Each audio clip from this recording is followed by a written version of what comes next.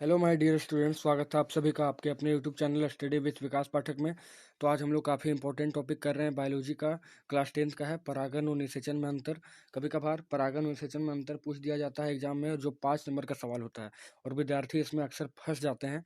तो आज बहुत ही इंपॉर्टेंट टॉपिक है और बहुत ही अच्छे तरीके से मैं आपको बताऊँगा ताकि कोई भी मन में आपका डाउट नहीं रहे। अगर चैनल में नए आए हैं तो चैनल को प्यार दीजिए, लाइक कीजिए, सपोर्ट कीजिए चैनल को, ठीक है। और इसी तरह से आपको लेटेस्ट नोटिफिकेशन मिलेगा और अच्छे अच्छे वीडियो आपको प्रोवाइड किए जाएंगे। तो जिस प्रकार से हमने साइंस मोस्ट इम्पोर्टेंट टॉपिक का जो प्लेलिस्ट बनाया है उसको आप सभी ने बहुत ही ज़्यादा प्यार दिया है। तो उसी को देखते हुए इसको और आगे बढ़ाते हैं और आज इम्पोर्टेंट टॉपिक है परागन और निषेचन में अंतर। चलिए स्टार्ट करते हैं। तो अंतर जब भी लिखेंगे तो दो चीज़ रहेगा। तो एक तरफ परागन लिखा गया है इसमें और एक तरफ निषेचन, यानी दोनों साइड को अच्छे से उसके गुणों को दिखाना है इसमें। तो एक साइड लिखा है परागन, तो चलिए स्टार्ट करते हैं। तो परागन क्या होता है कि वह क्रिया जिसमें परागकण स्त्री केसर के वर्तिकाग्र तक पहुंचता है परागन कहलाते हैं। मुझे उम्मीद है कि आप सभी पुष्प का जो अनुदैर्घ्य काट है उसको जानते हैं। और जिस पुष्प के दो भाग होते हैं, नर भाग और मादा भाग। तो नर भाग को हम लोग परागकोश कहते हैं, ठीक है। और एक डंठल भाग होता है जिसमें, और जो मादा भाग होता है उसको वर्तिकाग्र वगैरह कहा जाता है। तो परागकोश जो होता है उसमें परागकण पाया जाता है, ठीक है। जो पीला पीला कलर का फूल का होता है उसमें परागकण पाया जाता है। और वही परागकण अगर किसी भी तरीके से स्त्री केसर के यानी स्त्री फूल के वर्तिकाग्र तक अगर पहुंच जाता है तो उस क्रिया को क्या बोला जाता है? परागन, ठीक है। और इसके द्वारा जब वहां पे पहुंचता है वर्तिकाग्र में तो उसके बाद एक परागनलिका बनता है और उसके बाद एक नए फूल का यानी नए बीज का निर्माण होता है, ठीक है। तो ये क्रिया होती है परागन। जबकि निषेचन में होता है कि वह क्रिया जिसमें अंडाणु और शुक्राणु का संलयन होता है उसको निषेचन कहा जाता है। इसमें आप जानते हैं कि नर युग्मक शुक्राणु होता है और मादा युग्मक अंडाणु होता है। दोनों जब एक जगह पर मिलते हैं तो उसको क्या बोला जाता है? निषेचन, ठीक है, फर्टिलाइजेशन।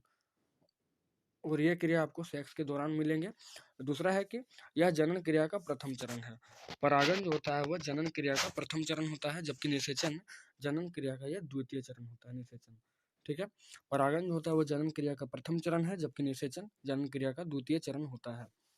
परागन की अगर प्रकार की बात किया जाए तो दो प्रकार की होती है, स्वपरागन और परपरागन।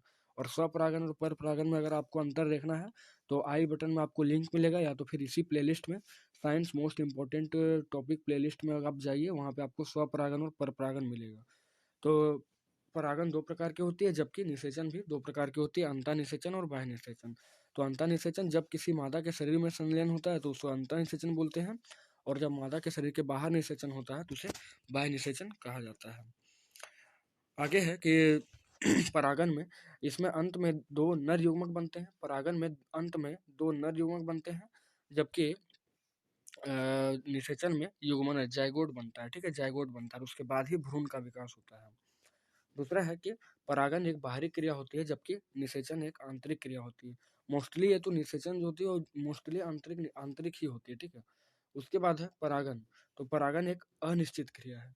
ये कोई निश्चित मैनर में नहीं होता है, कंट्रोल मैनर में ये नहीं होता है, जबकि निषेचन एक कंट्रोल यानी निश्चित मैनर में होता है, ठीक है। उसके लिए निश्चित पैटर्न बनाया गया है। आगे परागन में इसे संपन्न करने के लिए प्रायः माध्यम की आवश्यकता होती है।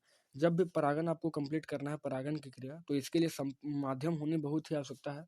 माध्यम जैसे अगर मैं एक फूल को छू रहा हूँ दूसरे फूल को जाकर फिर वर्तिका को तो छूऊंगा तो मेरा हाथ कहला जाएगा यहाँ पे माध्यम, या तो फिर भंवरा हो सकता है। लेकिन निषेचन में संपन्न करने के लिए कोई माध्यम की आवश्यकता नहीं होती, बल्कि इसमें दो, एक नर एक मादा होनी चाहिए। फिलहाल इसमें कोई माध्यम की आवश्यकता ऐसी नहीं होती है। आगे है कि परागन में इस क्रिया में अगुणित कोशिका भाग लेती है, ठीक है।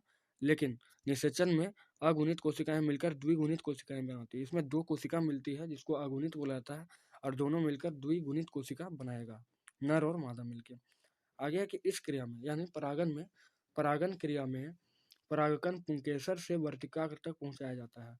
पुंकेसर से वर्तिकाग्र तक इसको पहुंचाया जाता है, लेकिन निषेचन में पहुंचाया नहीं जाता है, बल्कि नर और मादा युग्मक आपस में भाग लेते हैं, तब यह क्रिया पूरी संपन्न हो पाती है।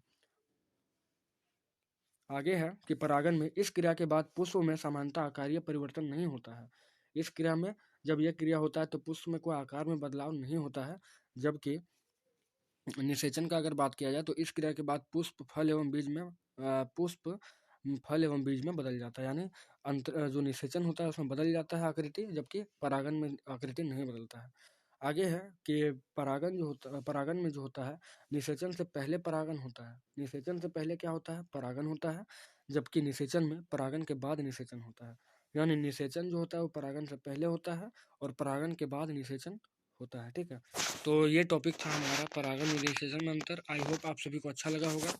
इसी तरह से चैनल को सब्सक्राइब कीजिए, बेल आइकन को प्रेस करके नोटिफिकेशन को ऑन कर लीजिए ताकि सभी लेटेस्ट नोटिफिकेशन आपको मिलेंगे। और ये क्वेश्चन बोर्ड एग्जाम के दृष्टिकोण से काफ़ी मोस्ट इंपॉर्टेंट है। तो चलिए मिलते हैं नेक्स्ट वीडियो में, तब तक जय हिंद, जय भारत।